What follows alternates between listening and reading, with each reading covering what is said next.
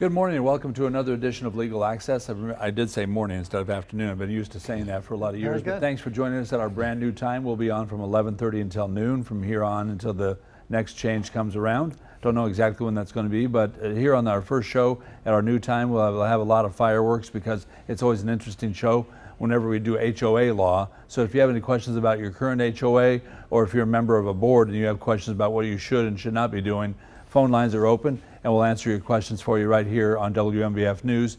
Here on our panel to answer those questions, first of all, from the McGuire Law Firm is Ian McGuire. Good to see you, Dave. Also welcome back to Mark Napier. Hi, good morning, Dave. And also to your left, Jamie Moorhead. It's good to be here. Yeah, as you said, HOA, Dave, is always a very popular topic, so if you have a call, don't hesitate. Call us at 843-848-8080.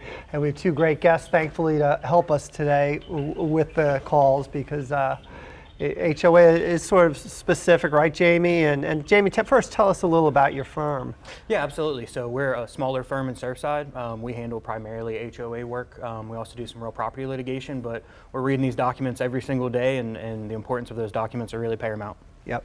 And thanks again for being here. You do a great job. And Mark, why don't you tell us about your firm? And I know you do a little more than just HOA. I know you do some personal injury, and I know you have a part of your firm that does criminal as well, right?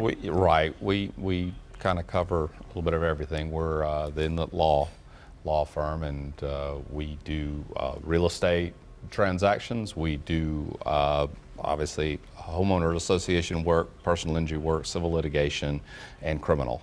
So a little bit of everything. And do a great job with all of it. So it's great to have you back, my friend. And as I said, Dave, you can start us off till the calls start coming, because once they start, they usually pretty much. Again, the general warning for this topic: don't wait till the end of the show to try to fit yourself in. Call in now. The phone number is on your screen. And we did have a couple of people who emailed early before the show started, so I'll go ahead and start off with those questions.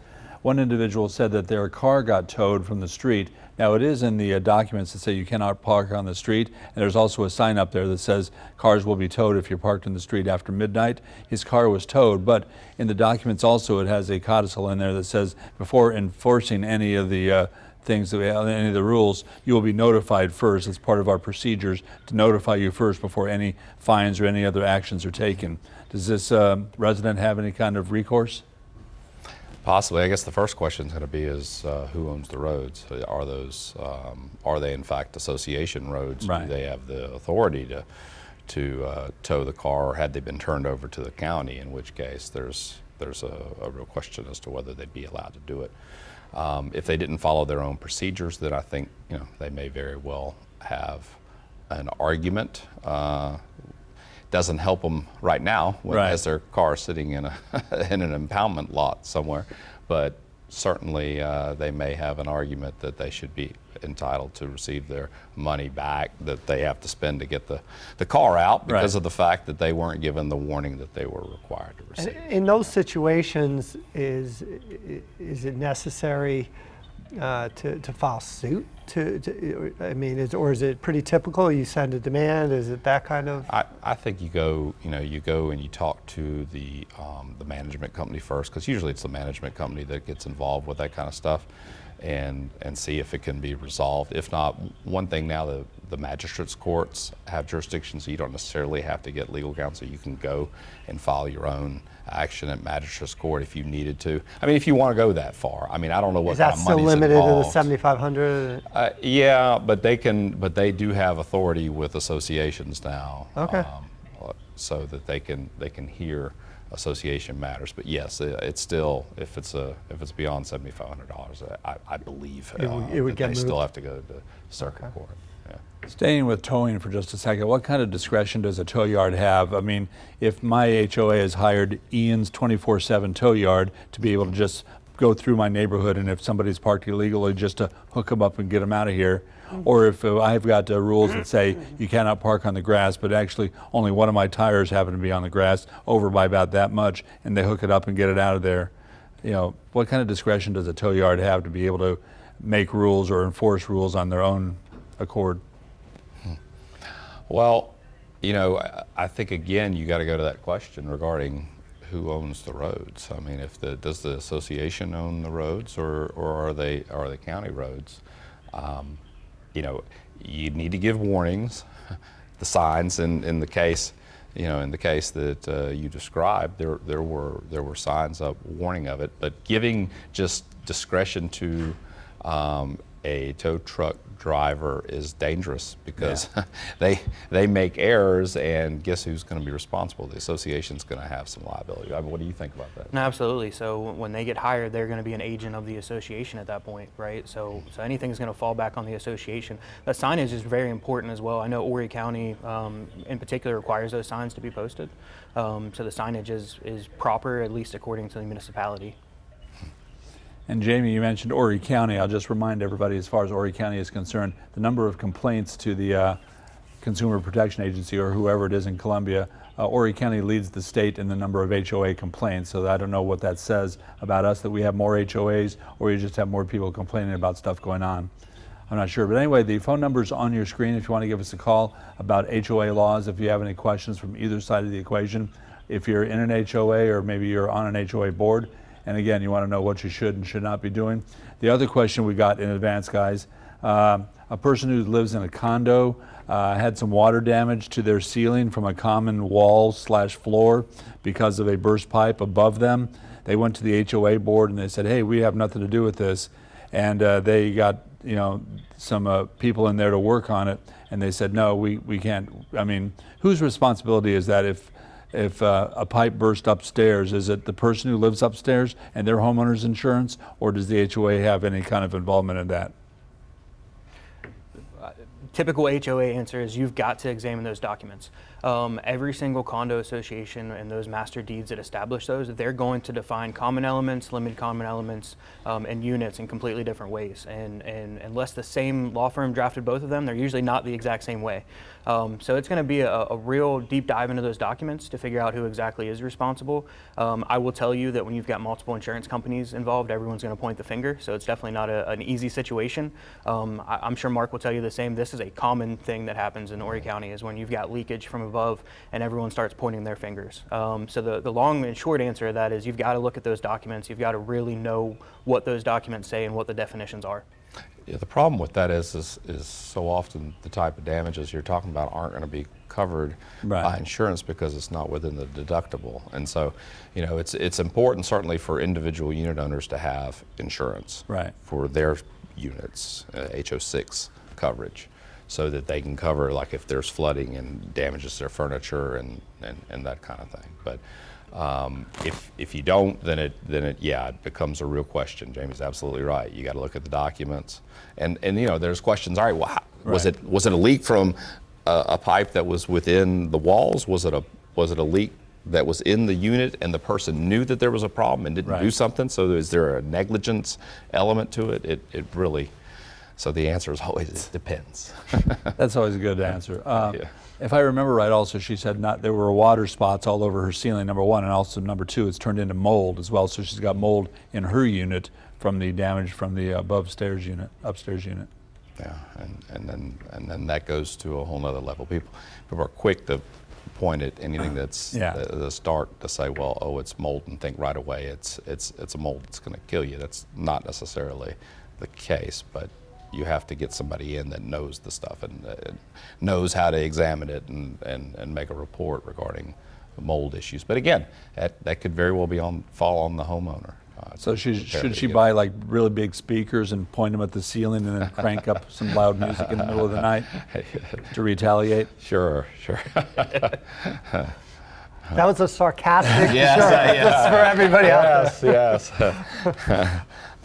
We did get a call just a second ago, somebody who didn't want to go on the air. I guess they wanted to keep their anonymity, but they wanted to ask if there's any limit to the total fees that can be charged by HOAs. I'm not sure if they're just talking about the monthly fees or if they're talking about fines or other fees, but are there limits, or does that have to be, are there limits that can be increased on a month-to-month or year-to-year basis? Or? Well, usually assessments are determined during the budgeting process. However, some associations actually do have caps in their documents that say that they can only be increased so many percent per year without getting approval of the membership. So it really does, I know it's a broken So the record. caller should request the They regulations need and to look, covenants? they need to look, Yeah. well, they should have them, but, Okay. but yes, you've got to look at your covenants, see what they say regarding the determination of how they come up with the assessments, if that's what they're referring Yeah. to. Yeah. Tell you what, we're going to run to a break here real quick. When we get back, we want to take your phone calls. Again, HOA law is our topic, very active topic. So if you have any calls, get them in now and we'll get you on the air and get those questions answered. The phone number's on your screen. Call us now. It's HOA law here today on Legal Access, brought to you by the McGuire Law Firm.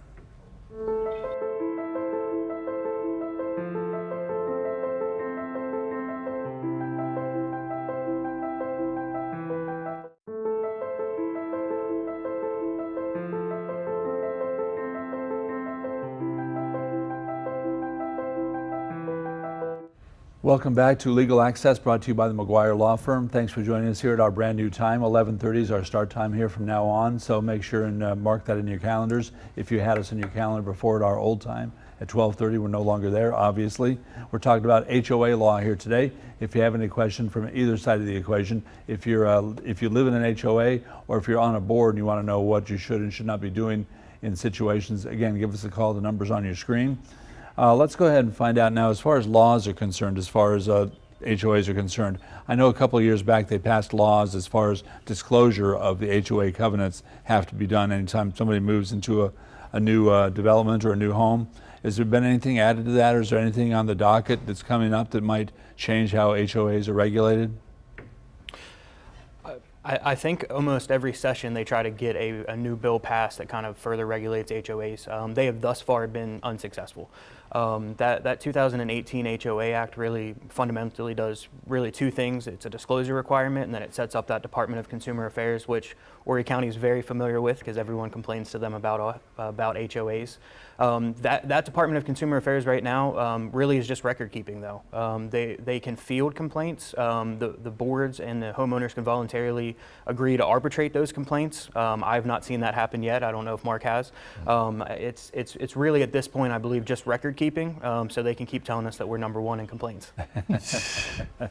Well, at least we're number one in something, so that's good. We do have another phone call that didn't want to go on the air. I think that these people are afraid of retaliation from their HOA boards, but they're asking about, term limits is something big that we've talked about in politics, but they're asking about term limits as far as HOA board members, because apparently there's been somebody on their board for 10 years in the same position, and they want to see them gone. But I guess they keep voting them in, so there's no such thing as term limits, are there, or are there? Again, if it's in the bylaws, usually that kind of stuff would be in the bylaws, and if the bylaws have limitations, then they have term limits. So, if you're not happy with this person that continues to run against them. Run against them and get support and get yourself voted in. But no, certainly there's no law that limits the term.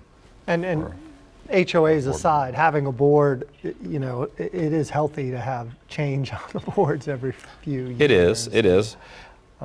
But in fairness, it's hard a lot of times to get anybody to run. Yep. Because it is a thankless job. I mean, looking at it from both sides, it really is. It's not a lot of fun for the board members either. I jokingly mentioned retaliation a second ago, but there's a lot of people who live in neighborhoods say that, the board is after me because they always are sending me letters that my grass is a ½ inch too high or my bushes are hanging over the sidewalks or whatever the case may be. What can you do if you feel that a board is unfairly targeting you? So that is one kind of area of law where the courts have actually made decisions regarding. They basically call that arbitrary and capricious treatment. The big thing to remember, though, is that number one, it has to be pretty substantial, and number two, it may not just be you. A lot of times, especially if you live in a neighborhood where you don't know a whole lot of people, it can feel like it's just you that's being targeted. You have no idea if 3 people down, the unit 3 doors down is They're also targeting being targeted. everybody. Right. It can be a situation, and especially when you have, speaking of new boards, sometimes new boards come in and they are very enforcement heavy, whereas previous boards hadn't been enforcement heavy. And when that happens, people really feel like they're being targeted, and it's really just as if, a more strict parent has stepped in the room, if you will. Phone numbers on your screen. If you have any questions about your HOA or your HOA board, please feel free to give us a call. We'll answer those questions. We've got Ian McGuire, also Mark Napier, Jamie Moorhead here today to answer your questions. Don't wait to the very last minute to call in. And John is in Myrtle Beach right now. John, hey, thanks for calling in. What's your question for our panel today? This is regarding a HOA parking situation. Recently, the development I live in, D.R. Horton, just turned it over to the HOA, and the HOA itself has enforced parking in the HOA development, but the roads itself are all public roads, I guess, owned by Horry County. How can the board of directors do any kind of parking enforcement on public roads in a development? I think that there is a problem with the board trying to enforce people parking on a public road. I know a master in equity that I've spoken to before, his opinion was that they can't do it. Now that can change from one to another, certainly. So I wouldn't say that's an absolute, but it is a problem.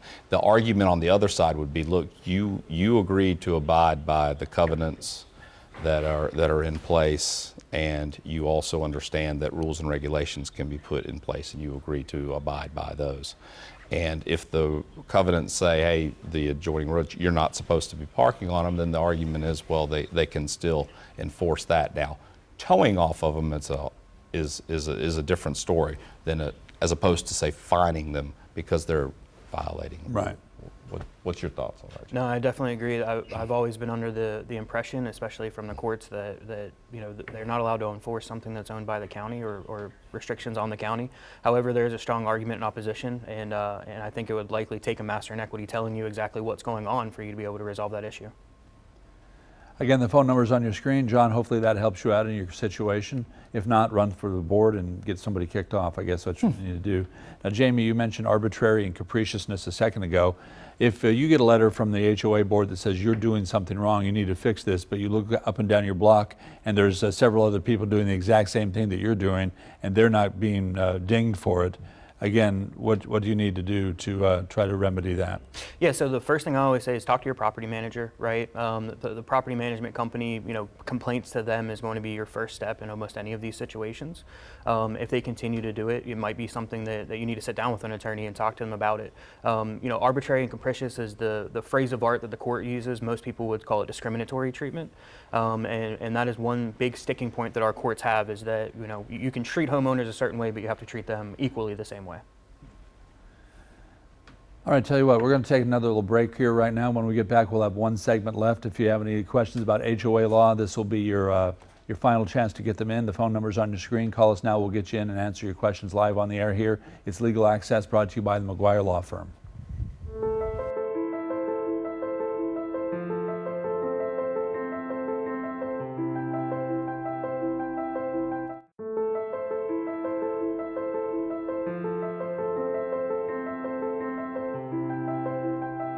It's Legal Access, brought to you by the McGuire Law Firm. Thanks for joining us here at our brand new time. We'll be here at 11:30 every Thursday, so make sure to mark that in your calendars or however you keep your appointments. All right, we got a lot of people trying to get in here. I told you at the beginning, don't wait till the last minute. So if you still want to try to jam in a question, we might have time to get you in. But first of all, let's go to Joanne. I think she's first. Joanne in Murrells Inlet. Hi, thanks for holding through the break. What's your question? Is it Joanne first or Neil? Who's there? I think Joanne. Did we just click on Joanne? Hi, go ahead. What's your question? My question is, when a HOA board decides to fire the HOA management team, what's the amount of time that they have, the board, that being said, that they have to notify the homeowners of such action? Is this via mail? Well, I don't know that there's necessarily any legal requirement as to when they should notify, but certainly since you guys would be paying the association through the management company, they should get notice out to you quickly. And nowadays, you have email notifications, you have a website, and you certainly should make avail yourself of those things to notify people as quickly as possible. But legally, I don't know that there's any specific time requirement. All right, Joanne, hopefully that answers your question. Appreciate you weighing in here today. Let's go to the next phone call. We got Neil in Pawleys Island. Hi, Neil. Thanks for hanging on. What's your question today? Hi. I had a question regarding enforcement of the rules by the HOA, and I'm coming from the other side because I'm on the board. Some of the HOAs now have begun not enforcing rules because they don't like them, and many of the rules, come in from the developers. They're not made up by the original boards. Changing the rules gets to be a big problem to get enough people to vote to even change requirements. What happens if the HOA board picks and chooses which things they're going to enforce? Well, they have a duty to enforce all of the restrictive covenants, first and foremost. Now, it does get very difficult to speak to your question about whether or not you're able to actually get that change implemented. Amendments typically take a supermajority, and that becomes an issue. If it's something that is passed in a rule and regulation, though, those typically can be unilaterally amended by the board, which makes it much easier for enforcement. Right. Other than that, though, you have a duty to enforce those rules and restrictions whether you like them or not. And you can't pick and choose and arbitrarily decide what you're going to enforce. I mean, that's that is it's a real quandary, because if you decide, all right, well, we're just not, and you notify everybody, we're not going to enforce this rule because we don't believe, for whatever reason, we don't believe it's a fair rule to have, but we can't get the number of people needed to overturn it. But Jamie is correct. I mean, legally, you're supposed to enforce everything that's on the books, and you need to just take the steps to get it amended the proper way if you don't want to do it. But. And I don't know if Neil is still on with us right now. He said he was a member of the board. Oh, Neil's not there. I was going to ask him, like you said, it's a thankless job, Mark, but I was going to ask him what prompted him to want to be a board member. I mean, because was it the current board that he was under wasn't doing the job that he thought he should be doing, or is that just something that he's always wanted to do? Right.